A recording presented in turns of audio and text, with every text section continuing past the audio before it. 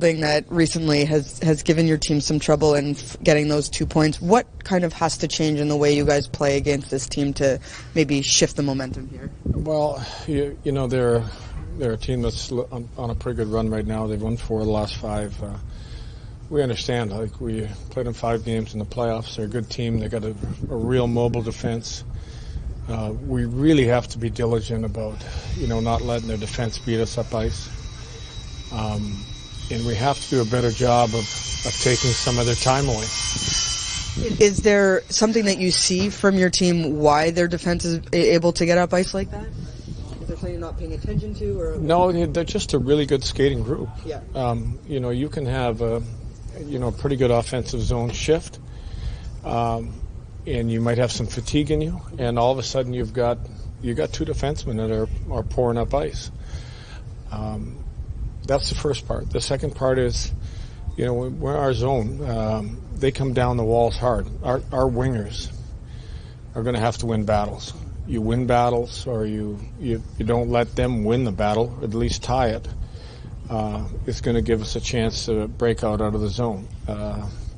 So, from one end to the other end, we know what we have to do better. And if we can win that support game coming back up ice, and win our shares of battles on the wall. We know we're not going to win them all, but we're going to have to win more to be able to beat this team. Obviously, this is a team that suppresses shots very well. When you're going up against them, do you have to almost change your mindset a bit and go in with a shooting mindset, even if it's not the highest quality shot, or is that playing into their game if you start to do that? Yeah, I think you really have to keep your feet moving in the offensive zone. Some of the success we watched in the games we played them is when we do create a turnover, you got to move your feet, you got to hit the hole real quick, and you've got to execute on that quick play. So it's hard hockey. They're really good at what they do.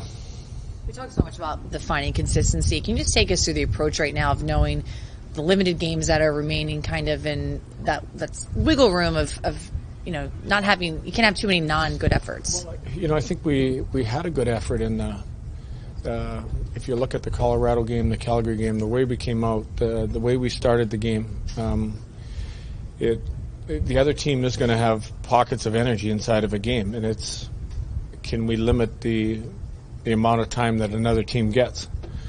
I thought our game was in a pretty good place. We gave up a couple goals that were a little bit inopportune for us, but again, we fought our way back into it.